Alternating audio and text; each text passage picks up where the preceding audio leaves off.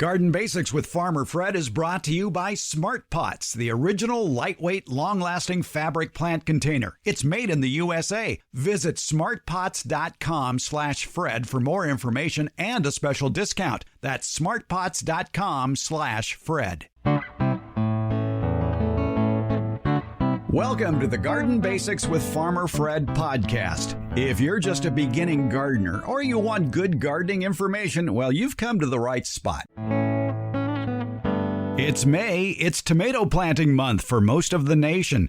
Maybe you've had problems growing tomatoes in the past. Maybe you're fairly new at planting, raising, and harvesting America's favorite backyard vegetable. This is the show for you then. Don Shor of Redwood Barn Nursery in Davis, California. He's a true tomato head. He has a list of the easiest tomatoes to grow, along with good advice to make sure that they prosper in your garden, even if you're planning a long road trip or two this summer. Today, it's the easiest tomatoes to grow and how to make it easy on yourself, too. We're podcasting from Barking Dog Studios here in the beautiful Abutilon Jungle in Suburban Purgatory. It's the Garden Basics with Farmer Fred podcast, brought to you today by Smart Pots. And we'll do it all in just a little over 30 minutes. Let's go. Would you like to know the easiest tomatoes to grow? So would I. So would Don Shor from Redwood Barn Nursery in Davis. But we have some ideas for you on some slam dunk tomatoes that if you think you can't grow tomatoes, these are going to give you the luck you need to have a successful tomato garden. The easiest tomatoes to grow. There's a catchy title for you. Let's pursue it. Don Shor is here from Redwood Barn Nursery in Davis, California. Don, you grow tomatoes. I grow tomatoes. We're happy growing tomatoes. We have our favorites. And there are some that do well for us year after year after year. Does that kind of consistency make them easy? I think easy refers to a couple different things. One is, do they produce reliably in your area? So if you have listeners all over the country, they do need to find which varieties are suited to their climate. So that's the first thing. Tomato varieties are often very local, but there are some time-tested hybrids, I'm going to emphasize that do well in most parts of the country, and that are just reliable varieties that they'll just come up again and again. If you ask a group of gardeners almost anywhere, what are the varieties that do well in your area? There's certain ones that come up almost anywhere. New England, Mid-Atlantic, California, all these different places where tomatoes are grown. But to me, easy to grow isn't just yield. It's how easy is it for the gardener to manage this thing in their garden, because the tomato, as you and I know, is a very vigorous vine in nature, which will grow 10, 12, 15 feet, run all over the place. And as someone who sells tomato plants, I really want the person who walks out the door to know how to train it, make it easy for themselves to manage that plant, make it easy for themselves to water that plant, because that's crucial here in the arid West, and choose ones that are just time-tested varieties for the region. Yeah, there you go. That's basically all you need. And with the introduction of more and more smaller growing tomato varieties, it's making it easier for those who have limited space, especially limited sunny space, maybe just a sunny patio, where you can grow a tomato bush that only gets 2 or 3 feet tall and yet produces full-size tomatoes, or more than likely cherry tomatoes. And I think that might be a key for national success for any tomato variety. Is it a cherry tomato? Then chances are it's easy to grow. I think the smaller fruited ones in general are going to be easier for most people. So a cherry tomato is 1 to 2 ounces. There are a lot of tomatoes in the 2 to 4 ounce size range and a whole lot in the 4 to 8 ounce range. If you've ever grown early girl tomato, that's typically 4, 6, maybe 8 ounces at the bigger end of the scale. As someone who's grown a lot of varieties of tomatoes, I've had more things go wrong, typically with very large fruited varieties, in spite of the fact that you and I like to grow those because they're fun and they're impressive. They're the bragger type of tomatoes. And it really is cool when you get a 1 pound tomato and you can put it on a scale and take a picture of it and send it to all your friends or post it on social media. But things can go wrong with a tomato that has to expand to that size, get that full, takes 80 days from the time you plant it to ripen. a little more prone perhaps to blossom end rot and some of the other problems. So smaller fruited types are going to be your first place to go for easy to grow tomatoes. Obviously, cherry tomatoes are the best known in that category. Varieties like Sun Gold, Red Cherry, Sweet 100 Million, whatever version of the sweet you're up to at this point. And those are all great performers. But there's a lot of other small fruited types out there that are also reliable. There's a little bit different. Juliet is a really good example of a small fruited sort of pear-shaped tomato that's more meaty. I'm going to use an Italian name here. Principa Borghese is an Italian variety that's grown primarily for sun drying. It has been a very reliable one. It's a 1 ounce fruit. So if you're a novice gardener and you're buying a bunch of tomatoes, please make sure at least one of those is one of these small fruited types, whether a cherry type or one of those other unique ones. Yeah, we'll get into some more of the names of the popular cherry tomato varieties, but let's spend a minute talking about the Principe Borghese, or however you say it. Close enough. Because you like that tomato. You talk about it a lot, and I was going through my garden diary that I've kept since 1990. Going through all the April and May records of all the tomatoes I've planted over the years. What is that, 32 years worth of tomatoes? Well, you're just getting started. Yeah, exactly. And in 2002, it was voted one of my best performing tomatoes, the Principe Borghese. Yeah, it's Principa. I say it Principa Borghese. It's Principe Borghese. Principa Borghese. Primarily used for slicing in half and sun drying. That's its, the catalog description. It's a nice little meaty tomato. And I've tested this one as an example in a 15-gallon container. Last year, I grew one in a 15-gallon nursery bucket with good quality potting soil. Grew about 4 feet up a fence, about 6 feet across the fence. Produced at least a couple hundred fruit for me. So it was one that did well in a container. And container gardening of tomatoes is challenging. So it's been reliable for me every year. It's one that I like to use for sauces and salsa, but also the classic use for sun drying. I think the reason it won for me back in 2002 was it was producing tomatoes, it says here, in November. So that's a keeper. Yes. Yeah, but keeps on going. You touched on a very important thing, too, that a lot of gardeners would consider being easy, and that is it produces early, because everybody wants that 4th of July tomato, if you will. And those are hard to come by, considering that most of them have a 70, 80-day maturation process, whereas the cherry tomatoes, 55 to 65 days. Yeah, and you should probably describe what that 55 days means. Well, to me, it means that after I plunk it in the ground, after it's up a few inches or so, it'll start giving me tomatoes in 55 days or 60 days or 65 days. Right. So from the time of transplant, and most tomatoes are in the 80-day range. Right. There's always been very famous earlier ripening tomatoes, probably the best known one in the world being Early Girl, which I believe is 60 days or so. You mentioned 4th of July. Well, as it happens, that's a tomato variety. Yes, it is. It's a very early producing tomato variety. I believe it's listed at 45 days or something like that. And so out of curiosity, I've grown it a couple times and marked my calendar. And indeed, it's only about 6 or 7 weeks out that you are starting to harvest some. It's about a 3 or 4 ounce fruit. Very rich red, a good color, great flavor on that one. And so this is something to look at when you're buying tomatoes or choosing tomato seeds to start for your at the beginning of the season. How long do they say to harvest? And if it's 45, 50, even 60 days, that's early. And listeners in places with short seasons will do well. The other thing is, even if you're not really good at growing tomatoes, an early ripening one, pretty sure to get something to the finish line before the plant fizzles out from lack of water or whatever your problem is. Early ripening ones tend to produce very well, very quickly.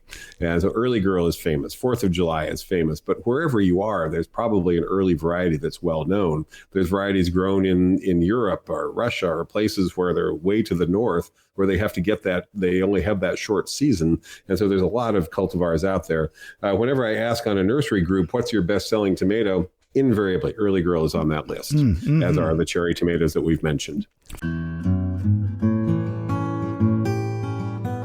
I'm pretty picky about who I allow to advertise on this podcast. My criteria, though, is pretty simple.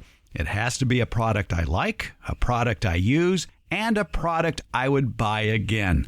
And you know who checks all those boxes? It's Smart Pots. Smart Pots is the oldest and still the best of all the fabric plant containers that you might find.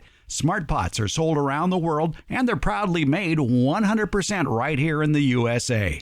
Smart Pots come in a wide array of sizes and colors and can be reused year after year. Some models even have handles, and that makes them a lot easier to move around the yard. Because the fabric breathes, Smart Pots are better suited than plastic pots, especially for hot climates. That breathable fabric has other benefits too. Water drainage issues? Not with Smart Pots. Roots that go round and round choking the root ball like they do in plastic pots? Doesn't happen with Smart Pots. These benefits will help you get a bigger, better plant than what you've gotten in the past with the same size plastic or other hard container. Smart Pots are available at independent garden centers as well as select Ace and True Value hardware stores nationwide. To find a store near you or to buy online, visit smartpots.com/Fred. And don't forget that /Fred part. On that page are details about how for a limited time you can get 10% off your Smart Pot order by using the coupon code FRED, F-R-E-D. Use it at checkout from the Smart Pot store. Visit smartpots.com/Fred for more information about the complete line of Smart Pots lightweight, colorful, award-winning fabric containers. And don't forget that special Farmer Fred 10% discount. Smart Pots, the original award-winning fabric planter. Go to smartpots.com/Fred. For our friends who are listening who live in the frigid north, there are a lot of good tomato varieties you can grow that mature in less than 60 days. Bush Early Girl, 54 days. Clear Pink Early, 58 days. Oregon Spring V, I guess that's Oregon Spring 5, 58 days. Polar Baby, 60 days. Prairie Fire, 55. Siberia, 55. Silence, 52. And there was one, here's one, Tumbler, 49 days.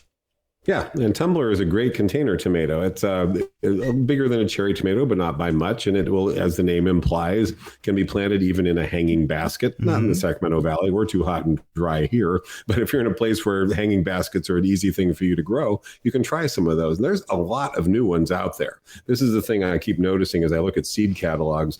These companies have figured out there's a lot of people that want to grow tomatoes in limited space and limited season.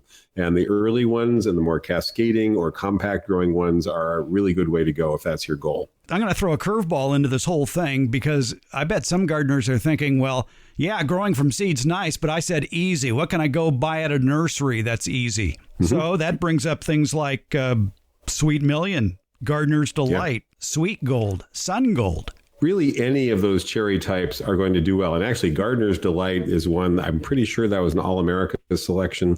Very good tomato for a wide range of circumstances. Almost everyone who plants it comes back and gives me good feedback on it here. And I've also heard that from more harsh climates, shall we say.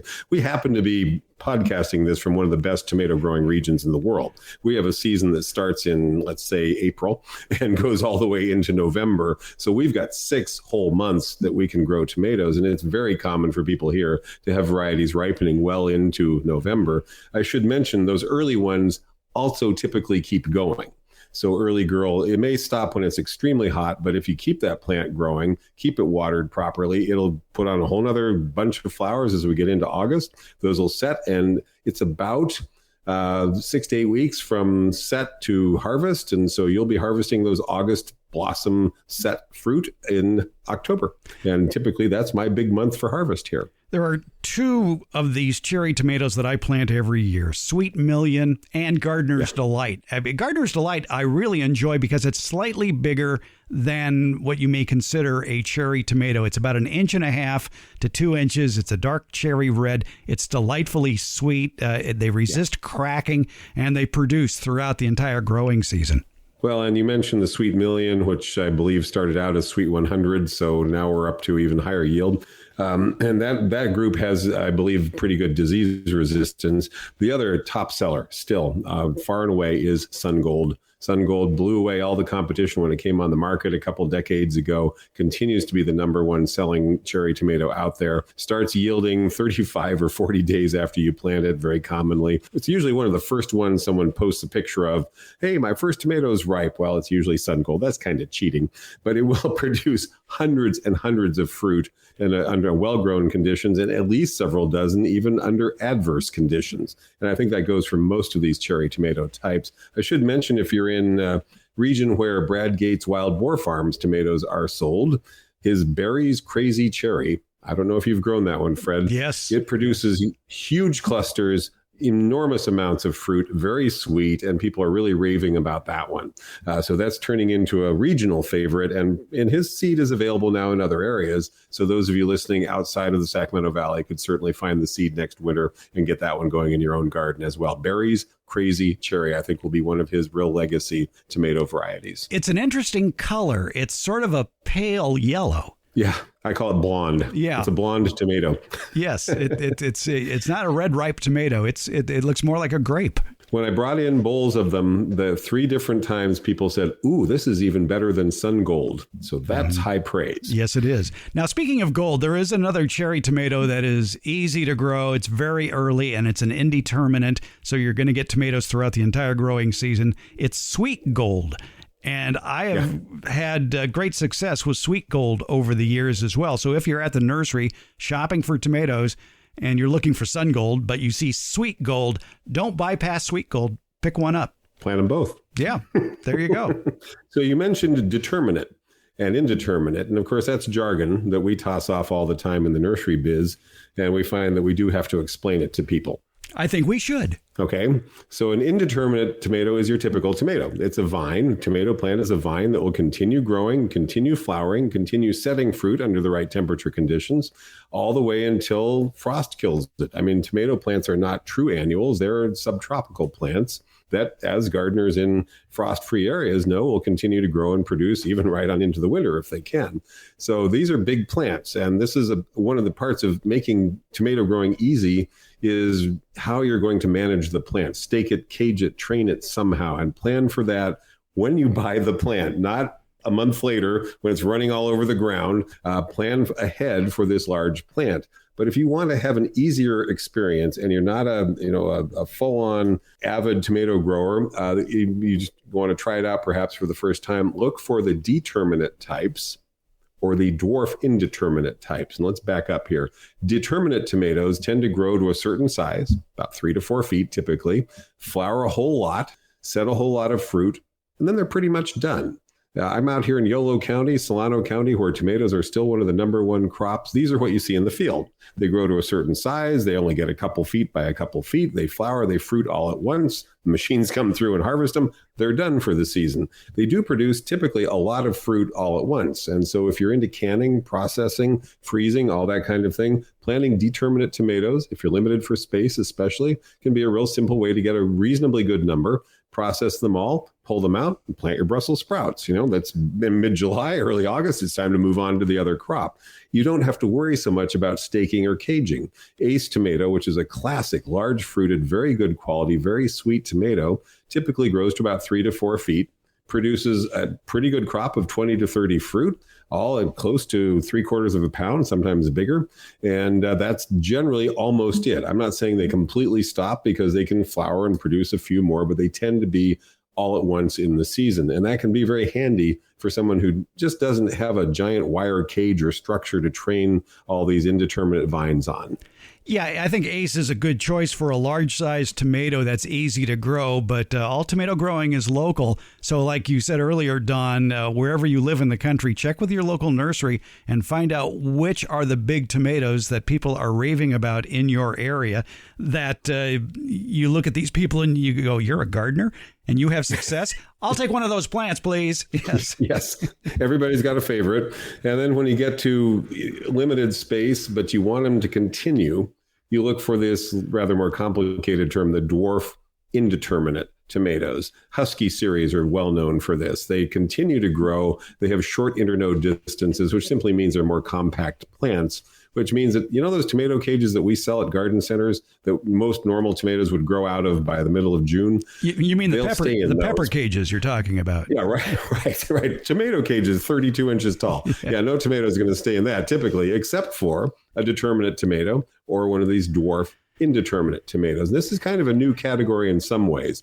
The husky tomatoes have been around for a while. Husky red, husky gold, there's a couple of them, and they're great. They're, about 4-ounce fruit, good flavor, nice compact plants, but there's a whole bunch of new ones that I don't even know that well yet.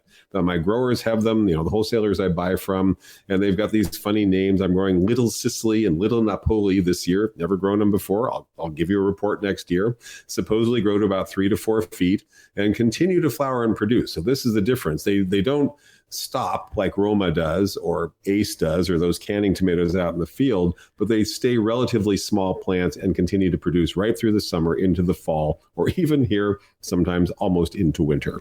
On the subject of cages, we should point out that part of having an easy to grow tomato is making it easy for the tomato to grow. And one of the ways to do that is to put it in a cage. Now, these cylinders that they sell at the big box stores, like Don says, is like, oh, they're perfect for peppers. They're only 2 or 3 feet tall. If you can find, and most of these big box stores are getting wiser now, and they're stocking more of the tomato cages that are 5 feet tall, 6 feet tall. Yeah. Those are the ones to get. Minimum 48 inches. 52 is a pretty common size. Look for a heavier gauge. Be prepared to spend more money on a better quality tomato cage, but it will last for years. Most of us at some point go out and buy concrete wire and make our own 5 and 6 foot cages because we want something even more substantial, but that's a pretty big undertaking. So just look for the bigger ones. Those small tomato cages just make me laugh every time I see them. A tomato that would fit in that doesn't need to be caged. Yep. I've grown Roma, for example, which is a very compact plant. It's a cool little tomato. People like it for sauces. It gets about 2 to 3 feet by 2 to 3 feet. You can just plant it like a bedding plant. Maybe get it up off the ground so the fruit isn't touching the soil, a little bed of straw or something underneath it, and it'll produce just as a freestanding little plant. Bigger tomatoes, particularly any of the indeterminate types, I've actually let them grow across the ground to see how big across they would get, just as a curiosity. 12-foot diameter circle. So that's not real practical for most home gardeners, and going vertical is the easy answer to that. I have reached the age where if I was considering leaving a tomato to sprawl on the ground, I would immediately start counting in my head all the pairs of reading glasses I would lose that would fall out of my pocket and get buried underneath a tomato plant. Yes. Yeah, it's a big plant. In nature, these are plants that are at least 6 to 10 foot diameter and sometimes bigger. So we're just trying to suggest that smaller plants, and then really the main thing, plan at the time you buy it, or at least within about a week, how you're going to cage it and how you're going to water it. They plant them and then they come in, 2-3 weeks later, the poor plant is struggling, and they put them in a raised bed, so it's drying out so quickly. Most of us go to a drip irrigation system. And when I say that, I see eyes glaze over and people think, uh-oh, big project, complicated. This is now getting, beyond what I really wanted to do. It's not. Drip is easy. It just pushes together. There's nothing complex about it, but you don't have to use a drip system. Fred and I both do, and most people do eventually start going over to drip for their vegetable gardens because it's just simpler to be able to turn on a hose and let it run for X number of minutes or hours. But you can make a nice wide basin, 2 to 3 foot diameter basin around the tomato plant so that you can set a hose there at a moderate flow and give it at least a couple of gallons of water. That's really key. A good thorough soaking each time you irrigate it, filling up that basin. That is not complicated. It doesn't cost a lot of money, but it does require that you go out there and move that from plant to plant. So easier, obviously, is to put in a drip system or a soaker hose or something. We prefer that you not be spraying on the foliage, so it's better if it's just watering at ground level, and you can certainly do that with a hose or a ditch or whatever works, for you. Just make sure you plan at the start how you're going to water it deeply and increasingly deeply as the season goes along. A 12-foot vine has a root system that we know could go 4 feet deep and 5 to 6 feet out or more.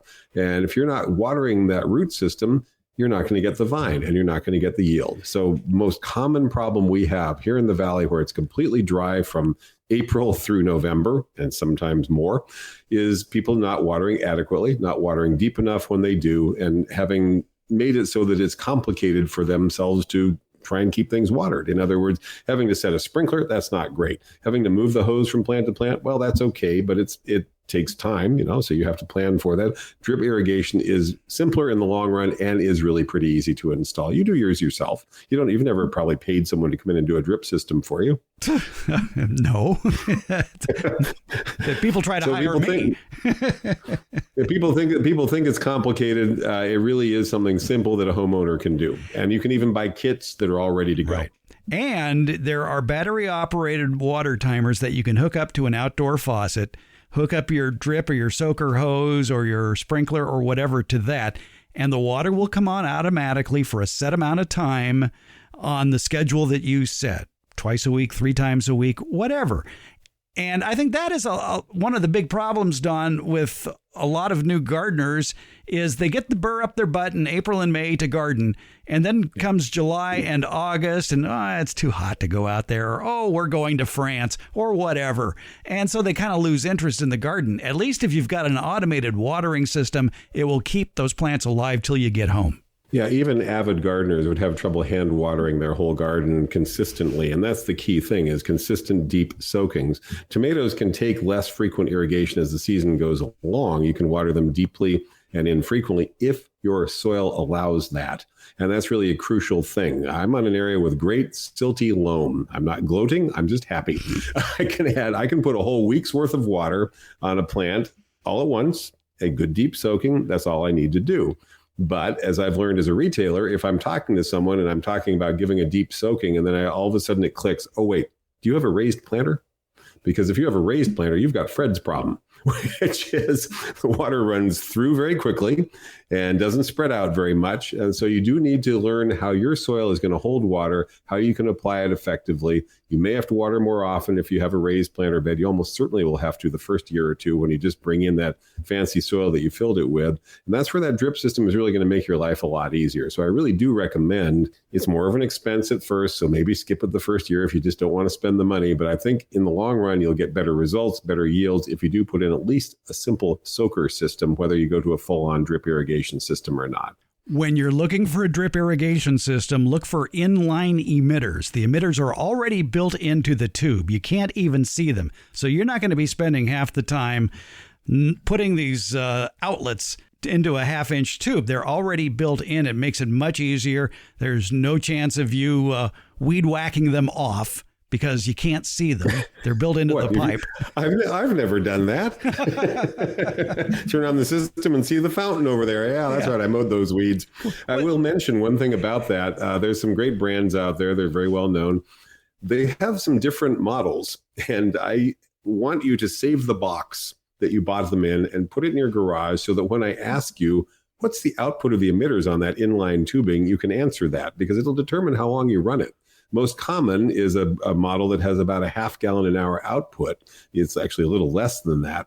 And I've calculated this with people that they're going to need to run that for either about 35 or 40 minutes every single day or an hour and a half to 2 hours every few days in a typical raised planter bed in order to give it adequate watering. The drip irrigation is great because it puts out water slowly. So it's efficient. It soaks in. It penetrates the soil. But the drawback to that is that you have to run it for a long time. And when I tell people an hour and a half, they're aghast because they're imagining their lawn sprinklers.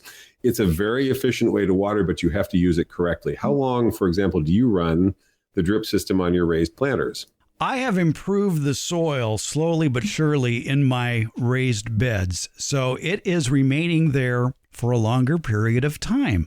I've amended it with a lot of compost, a lot of mulch, and it does well. The drip lines, the parallel lines in a 4-foot wide bed, there are 4 lines in that parallel line system in that 4-foot wide bed.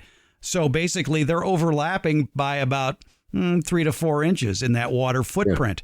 So I'm getting equal coverage by putting in, you don't just put one line down a 4-foot wide bed. You shouldn't have more than 12 inches between parallel lines. Yeah, and you probably have to run it the first year when you first fill that bed. And this is a very common situation we ran into during the pandemic. A lot of people jumped into gardening, built raised planters, called the rock yard, had them deliver. something called topsoil or something called planting soil or who knows what, usually sandy loam soil with some compost added. And they would put 2 or 3 lines down the bed and they'd run it and they'd have 2 or 3 strips of wet soil. You don't hydrate the whole bed when you do that. So you have to add you have to improve the soil and its ability to retain moisture. And you did all the right things there, adding organic material. I believe growing cover crops makes a big difference because the roots actually contribute to the organic material. One thing that I'll throw in is cut the plants off typically at the end of their season rather than pulling them out, except perhaps to inspect the roots. Mostly I just cut things off, let the roots disintegrate right there, and they add to the soil, soil moisture retention. And then top dressing, if you got some in it, and it doesn't really matter at that point. It's good, inexpensive compost you buy bulk wherever, another inch or 2 on the surface, regularly shading the soil, gradually working its way in. You can go from having to water daily the first year.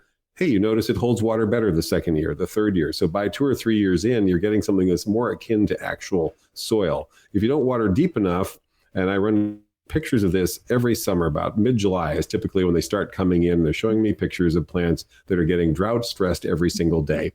They're not watering deeply enough. So the poor roots of that tomato can never penetrate 2, 3, 4 feet as they would like to do. And so their poor plant is just barely eking out an existence. And they tell me, I only got 5 or 6 tomatoes at the end of the season. The roots couldn't develop. And so you do need to water deeply to get those roots down and hopefully even down into the native soil below, if you can possibly water that deeply, or if you have that opportunity, or if your soil allows that kind of thing. Slight digression, have had conversations with the customers who are doing square foot gardening. You're probably familiar with that one. Oh, yes. Yeah, it's a wonderful way to get started with gardening. And in the Sacramento Valley and places like that, it works great for your winter vegetables. But it's a mix of, I don't know, peat moss, vermiculite, and compost, I think, is one of the iterations of it. That's going to dry out very, very, very quickly.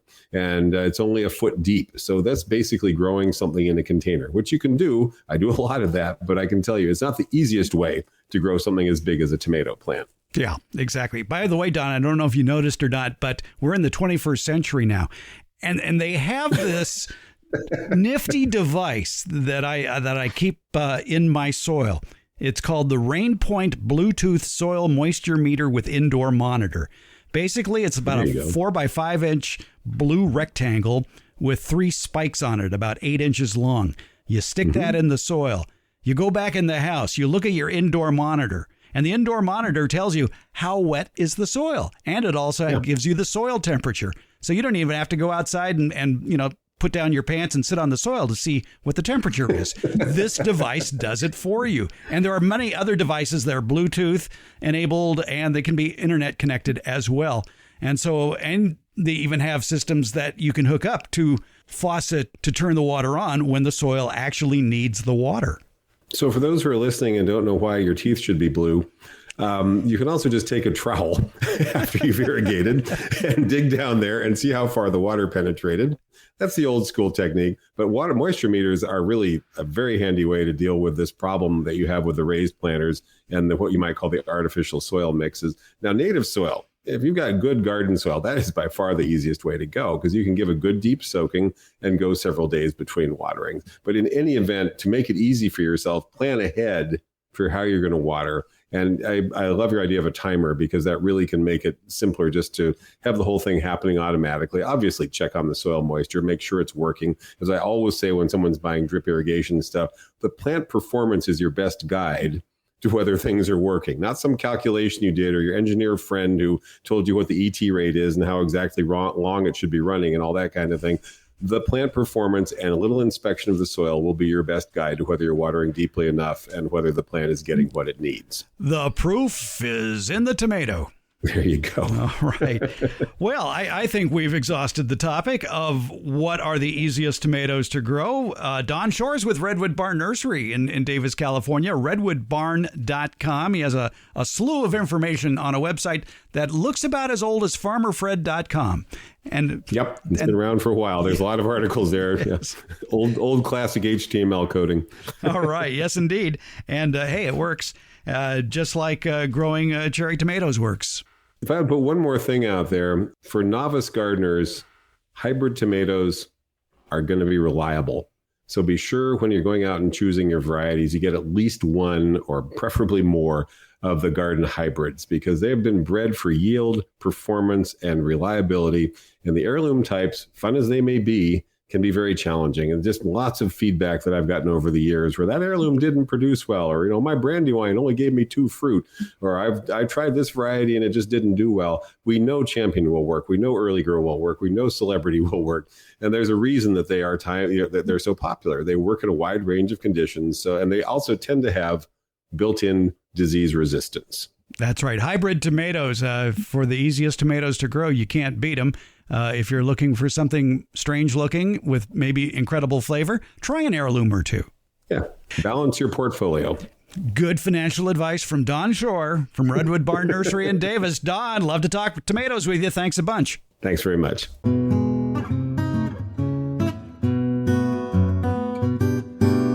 The Garden Basics with Farmer Fred podcast has a lot of information posted at each episode in the show notes. Maybe you'd rather read it than listen to it. That's not a problem. We have a complete transcript posted, and you can find that link in the show notes or on our new homepage, gardenbasics.net. That's where you can find that link, as well as all the previous episodes of the Garden Basics with Farmer Fred podcast. There you can leave a message or link up with our social media pages, including our YouTube video page. And at gardenbasics.net, click on the tab at the top of the page to read the Garden Basics Beyond Basics newsletter. And that usually has a bonus podcast attached to it. Plus, in the show notes, there are links to any products or books mentioned during the show and other helpful links for even more information. Plus, you can just listen to the portions of the show that interest you. It's been divided into easily accessible chapters. Want to leave us a question? Again, check the links at gardenbasics.net. And when you click on any episode at gardenbasics.net, you're going to find a link to SpeakPipe, where you can leave us an audio question without making a phone call. Or go to them directly, speakpipe.com/gardenbasics. You want to call us? We have that number posted at gardenbasics.net. Spoiler alert, it's 916-292-8964, 916-292-8964. Email? Sure, send it along with your pictures to fred@farmerfred.com.